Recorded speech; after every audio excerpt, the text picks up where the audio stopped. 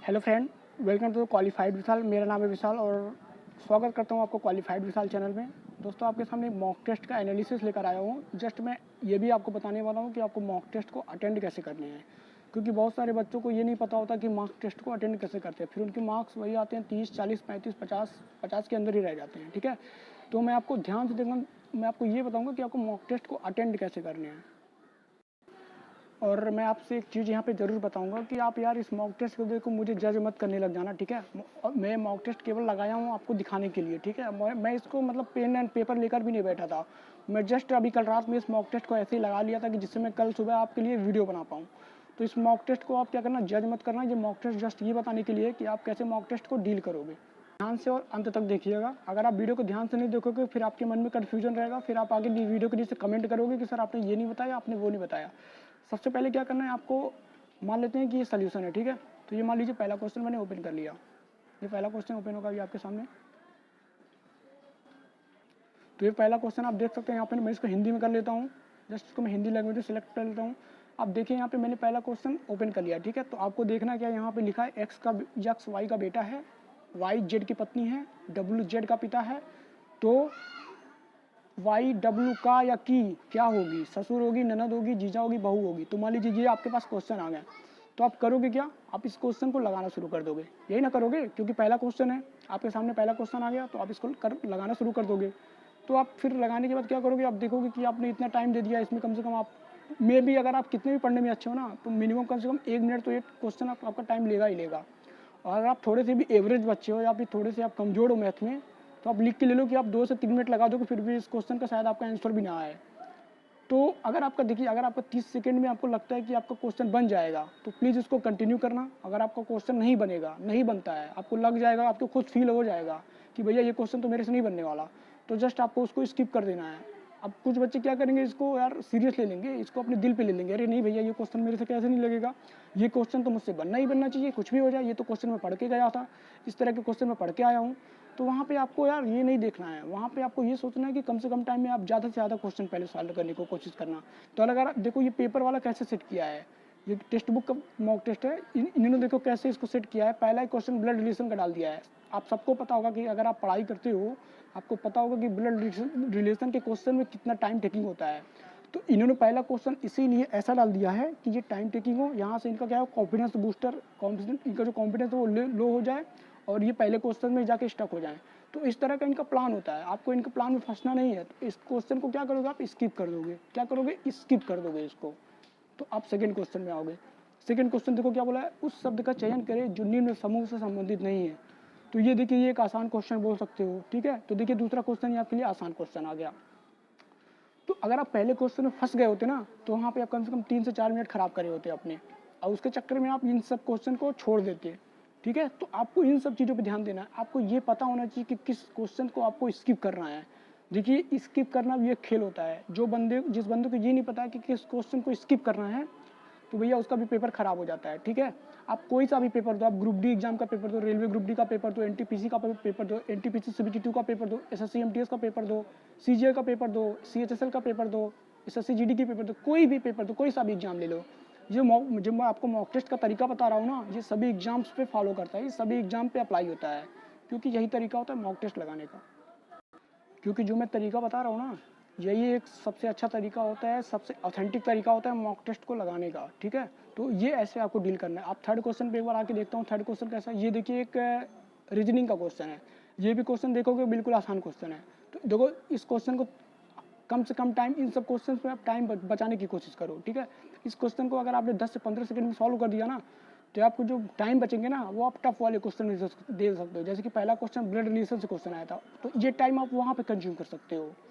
तो इस तरह से आपको मॉक टेस्ट लगाने हैं और इस तरह से फोकस करने हैं आपको। अगर आप ये चीज़ आप बार बार करोगे ना, इसलिए बोलता हूँ ज़्यादा से ज़्यादा मॉक टेस्ट लगाओ।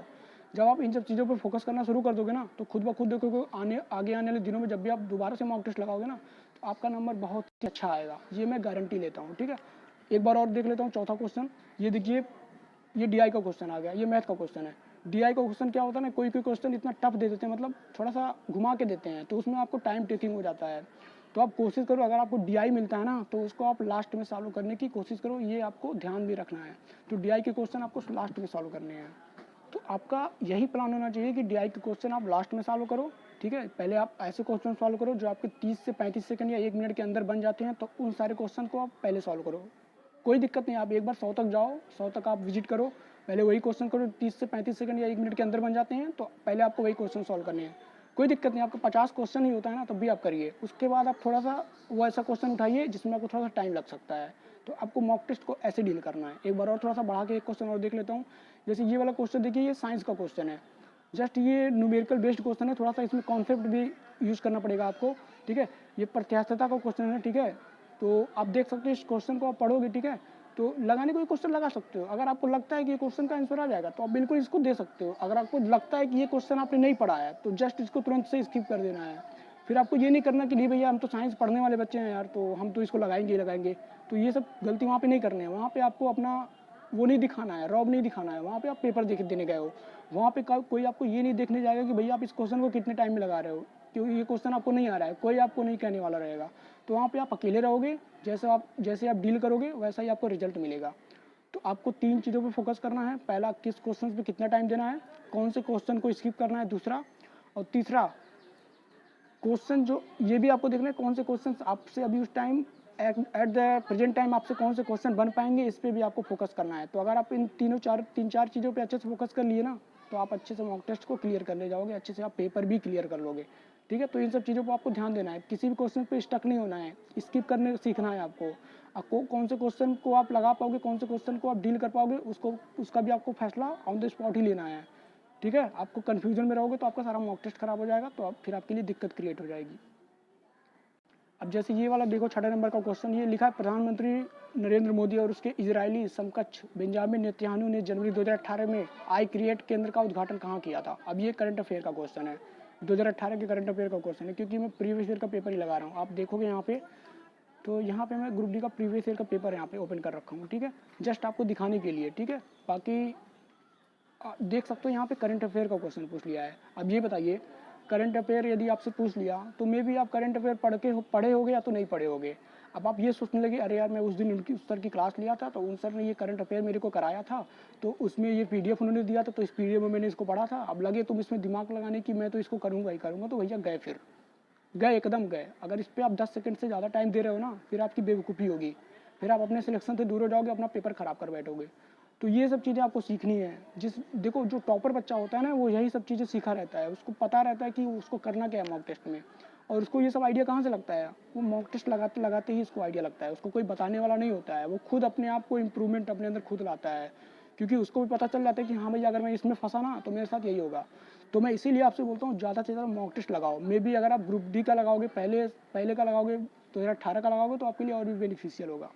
तो अगर क्वेश्चन आता है तो ठीक, नहीं आता है तो आपको ज़्यादा दिमाग नहीं दौड़ाना है, याद नहीं करना है, आपको पुराने दिनों में नहीं जाने, पुराने ख्यालों में नहीं जाने हैं, ठीक है। जस्ट आपको छोड़ देना है, या फिर इसको मार्क फॉर रिव्यू के लिए कर देना है। फिर आगे टाइम मिलेगा तो आप इसको देख लेना। नेक्स्ट एक क्वेश्चन और उठा के देख लेता हूँ, ठीक है, एक क्वेश्चन और मैं देख लेता हूँ, लास्ट क्वेश्चन। उसके बाद मैं आपको ये बताऊँगा कि आपको पेपर को एनालाइज कैसे करना है। ये देखिए बोला है कि निम्नलिखित में से कौन सा धनायन है, तो देखिए ये धनायन की बात कर रहा है। आप देख सकते हो कि आपके पास नाइट्रेट है, आपके पास हाइड्रोक्साइड है, आपके पास अमोनिया है, आपके पास कार्बोनेट है। तो आपको पता है कि अमोनिया होता है, ठीक है, ये धनायन होता है, ये वाला धनायन होता है, बाकी सब निगेटिव होते हैं। तो ये चीज़ आपको पता है तो आप अच्छे से कर ले जाओगे, आराम से कर ले जाओगे, कोई भी दिक्कत नहीं आएगा। देखो ये क्वेश्चन पता है तो इसमें आप जस्ट देखो 14 सेकंड का यहाँ पे आपको टाइमिंग शो हो रहा होगा, यहाँ पे 14 सेकंड। तो अगर आप इसको 14 सेकंड में कर ले रहे हो तो इससे बढ़िया आपके लिए कुछ भी नहीं है। तो समझिए आपका सब कुछ ठीक है, आपने अच्छे से डील कर लिया। तो अगर 14 सेकंड में अब लगो टाइम, अब इन क्वेश्चन में भी आप टाइम लगाओगे, 1 मिनट लगाओगे, 30 सेकंड लगा दोगे, 35 सेकंड भी लगा दोगे तो ज़्यादा हो जाएगा। बिल्कुल भी ये 14 सेकंड भी ज़्यादा है, 10 सेकंड से ज़्यादा टाइम ही नहीं देना है। बस आपको क्वेश्चन पढ़ना है और थोड़ा सा दिमाग लगाना है कि हाँ क्वेश्चन में क्या होगा, बस उसको क्लिक करके आगे निकल जाना है। किसी भी क्वेश्चन पे ज़्यादा सोचना नहीं है, नहीं आ रहा तो छोड़ दो, छोड़ दो, छोड़ दो, छोड़ दो। 80 क्वेश्चन करके आओ, लेकिन सही करके आओ, उसी में आपको मेरिट बन जाएगा, ये मैं लिख के देता हूँ, ठीक है। तो बस आपको इतना करना है, बाकी आपको कुछ भी करने की जरूरत नहीं। मॉक टेस्ट को डील इसी तरीके से ही करना है। अब देखिए ये क्वेश्चन को मैंने स्किप कर दिया था, मतलब मैंने क्या, मैं तो ऐसे ही पेन पेपर भी लेके नहीं बैठा था, तो ये सब क्वेश्चन छूटने वाला थोड़ी है मेरे से। अब इसमें बोला यदि एफ और जेड सी के बेटे हैं और जेड का विवाह वाई से हुआ है तो वाई एफ से कैसे संबंधित है, ये क्वेश्चन पूछा है। ये भी ब्लड रिलेशन का क्वेश्चन है, तो देखिए मैंने 16 सेकंड में क्वेश्चन को पढ़ा था, ये देखिए आप, मैं 16 सेकंड में क्वेश्चन को पढ़ा था, उसके बाद छोड़ दिया था, मैंने लगाया ही नहीं इसको। आप भी सेम ऐसा ही करोगे, आप इसको उस टाइम नहीं अटेंड करोगे। अगर आप लास्ट में कर रहे हो, सबसे लास्ट में ये क्वेश्चन बचा हुआ है, तब इस पर आप पूरा फोकस करो और इसको लगाओ। मगर अगर आप इसको डील नहीं किए हो, अगर आप पहली बार इस पे आए हो, अगर आपके और भी क्वेश्चंस करने हैं, अगर आपके पास टाइम बहुत, ठीक है, और उम्मीद करता हूँ कि मैंने अभी तक 10 मिनट इस बारे में बोल दिया और आपको काफ़ी अच्छे से समझ में आ गया होगा। और आप आने वाले नेक्स्ट जब भी मॉक टेस्ट देखो ना, तो प्लीज़ आप इस चीज़ को फॉलो करना। उम्मीद करूँगा कि आपका अच्छे से इस बार स्कोर जरूर शेयर करा करो, ठीक है। टेलीग्राम पे आके अपना स्कोर जरूर शेयर किया करो, क्योंकि वहाँ से होता क्या है, मुझे आइडिया लगता है कि यार बच्चों के मार्क्स में नंबर कितने आ रहे हैं। तो टेलीग्राम चैनल पे नहीं जुड़े तो जाकर जुड़ जाओ, ठीक है। इसका लिंक वीडियो के नीचे दे दूँगा, ठीक है। और अब चलो